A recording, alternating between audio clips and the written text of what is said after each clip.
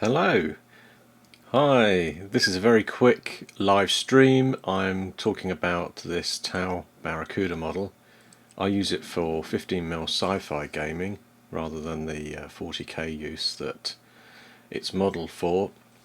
I've had it for 3 or 4 years now, as is typical with these things. I think for the first year of that I just left the resin pieces in a bag or a box somewhere, but eventually got around to airbrushing it.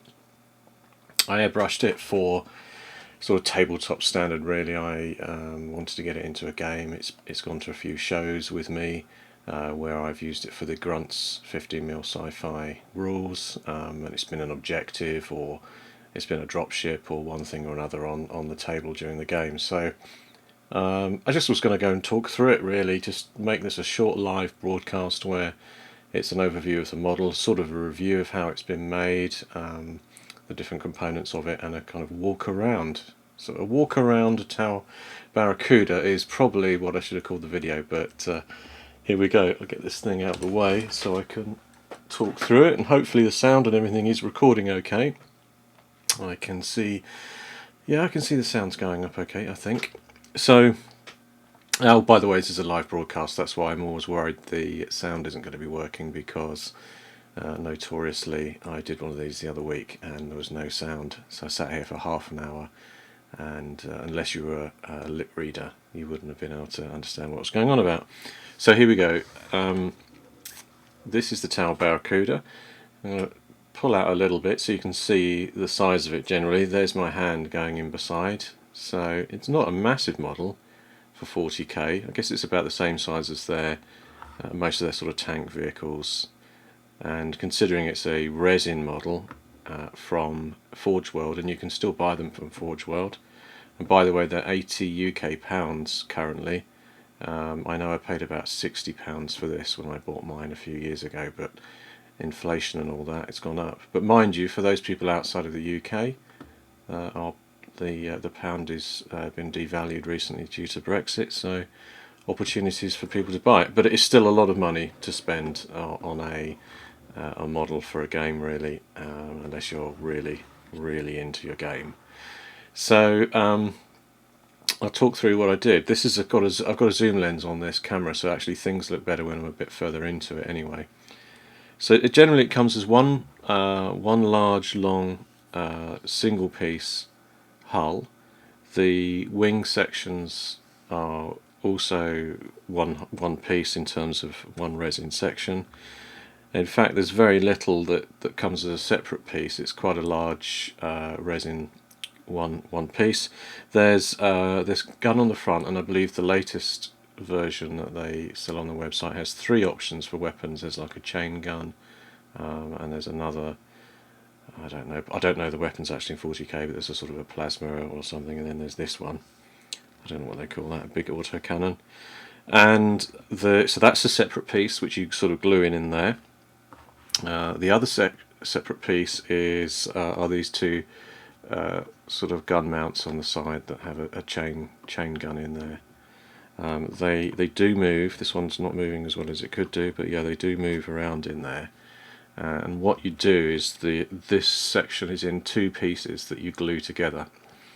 So you basically put the top piece on, and it just slots in there, and then put the gun up inside. It's a little mount in there, and then the pot piece sort of goes up on the bottom, and that seals the chain gun in there. And the only thing that sort of holds that from dropping down like I'm doing there is the fact that there's a sort of bit of friction against its mount inside. And that allows it to move through. I mean, the tolerance is quite close, so generally speaking it's holding onto that quite well. You can see there's some wear and tear on there because it's seen a few games, which means a few people have picked and fiddled with the different sections. And of course there's another. If we walk around the ship here, we've got the rear exhausts of the sort of thrusters, and then there's another one of these weapons on this side, the sort of chain gun. This one I seem to remember moves a bit more freely. So as far as a sort of review of the quality, just had a thought. Along the edge here, I remember sanding these down, the sort of bits on the edge, and They look okay, but it sort of looks like the model doesn't finish to me. I know that's obviously they wanted to have a place for this to fit in and to be able to easily sort of access it, but it looks a bit unfinished on this bit here. I don't know what they could do to improve it, and the same applies on the other side where you can see again I've sort of filed it down in the resin. Well, that's not raw resin showing there, that's the colour I sprayed underneath, and I probably just didn't finish it well enough on the top, but that's looks a bit unfinished to me, but otherwise it's great. I mean, if we sort of come around to this sort of front view again, and then go up over, you can see it really is quite a nice shape overall. Great with the two sort of intakes on the side here and the sort of thrusters on the back. I've seen it painted where these are sort of painted as lights. I just left them plain. And in fact that's an interesting point in terms of how I painted it in general, in that I didn't go to a great deal of detail. Like normally, typically my painting would mean I would have done little lenses in there, but I must have been in a rush and I've never come back to it to finish it. I was probably preparing for a show, convention game, and would have been in a hurry to do it. What I did do is, when I selected the paint scheme generally, I had in mind those sort of old retro style sci-fi drawings and pictures from the sort of 80s and 90s with a quite striking sort of reds and greys and yellows on them, but obviously I went for a tan look here, and I used a brown, a contrasting brown for sections like this, and the thruster bits at the back. You can see what's happened there is because this was airbrushed, I've got some paint peelage there, and that's the raw resin showing through. Needs touching up, but it's just been left. Yeah, so decal wise on here, these are mostly Bandai decals, and I've added those myself. And then I think the other day I tried a demo of this, but it all went badly wrong when I was trying to do to show some. In fact, that was the video, the live stream, like this live stream, where I was trying to show this microsol, which basically sets and softens decals onto the model. And you can see there, I'll rub it backwards and forwards, going pretty close. That looks like it's almost sort of completely flush, doesn't it? And that's the result of me probably using that microsol about 10 times on the decal after the water slide decal has been put on there. It just means it's very very flush with the model. It looks almost painted on. I think that's what they promise. So yeah, I'll put those striking sort of symbols on there. Again, they're not 40k related because I was using this for 15mm sci-fi gaming, so I wanted to give it sort of a generic sci-fi feel rather than one with sort of skulls, or one. I know the Tau models in particular in 40k have a kind of script style. It's quite a nice style actually, but it's a very unique sort of script style to their text, and obviously that's not what I've got here. So continuing on, right, this was very interesting, and it's the sort of canopy section, and this was probably the reason. I should have actually painted a blue screen or something in there, but this was one of the reasons that I thought the model looked suitable for 15mm sci-fi, and that's that it hasn't got a massive cockpit screen anywhere. It's just this tiny slit on there, which I could have painted in blue, never did. But that brings the scale down. So imagine this, if this did have a large glass sort of screen on there, it would look different. And it comes off. So I can pop that out. Oh, there goes my dog. I'll be straight back. This is a live video. I will be 1 second. I'm back. Okay. And in terms of what comes inside here, sorry for that slight delay, my dog is now going to try and break its way back into the room. You can see here that it has this cockpit section, and you can literally pop it out, as you can see. And it did come with a pilot that sat inside there, but I didn't put it in. It's like a little Tau pilot.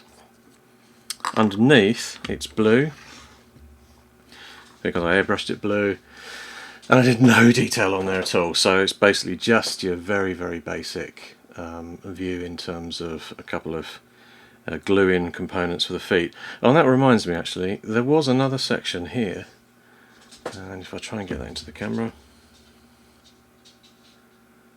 and that was a separate piece, and you could actually slide that in.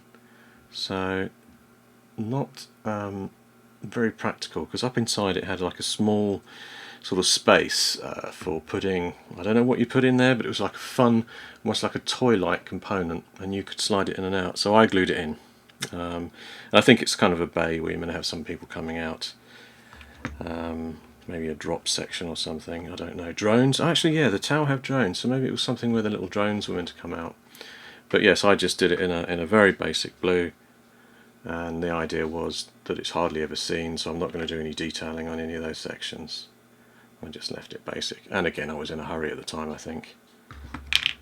Yeah, so that's that. Yeah, I could have glued this in as well, and I think someone makes a pilot figure that fits in there that's 15mm. So again, you've got that scale thing where it sort of could work for that size. So there we go. And nice looking model generally. Oh yeah, there's a section here. What I did with these is I used a tiny little magnet underneath there. You can barely see it because I've kind of painted on it, and that means that because I kept seeing these around and people had sort of glued these on and snapped them off. If you put them on there with a magnet, you're not going to suffer any problems with it. And again, the same with the other one. So these have been knocked around a lot, but they just sort of come off okay.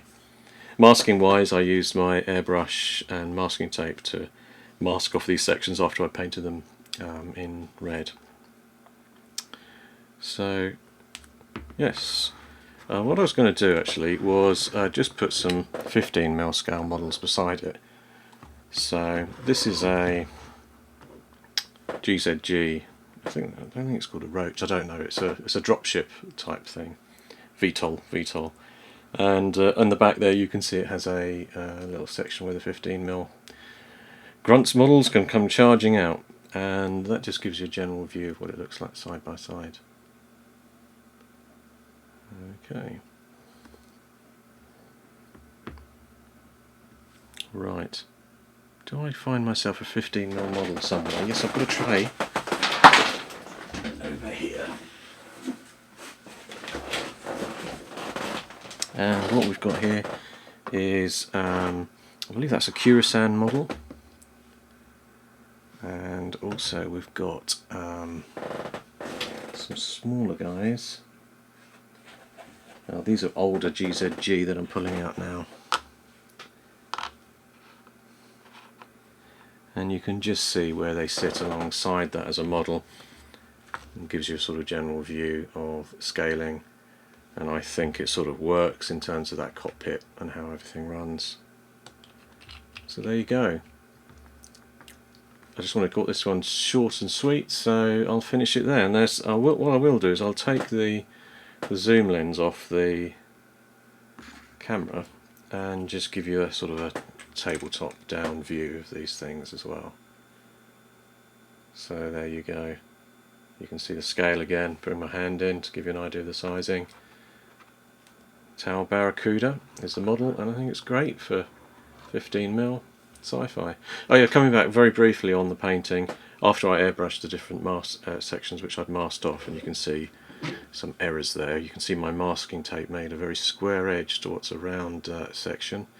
I then used washes on here, so it was like a series of enamel washes which gave this sort of toning in here, as well as a bit of airbrushing to give it some shape too. So I gave it a very basic effect really generally, but I think it looks great for the tabletop. It wasn't done for a competition standard, and you can just see the sort of blue underneath showing through. So there we go, I'll end it there. Sorry for the interruption where I had to run and let my daughter in and my dog go crazy, then spilled a load of stuff on the floor. But there you go, that's what happens when you do a live show. So thanks for listening in, and goodbye. Please like and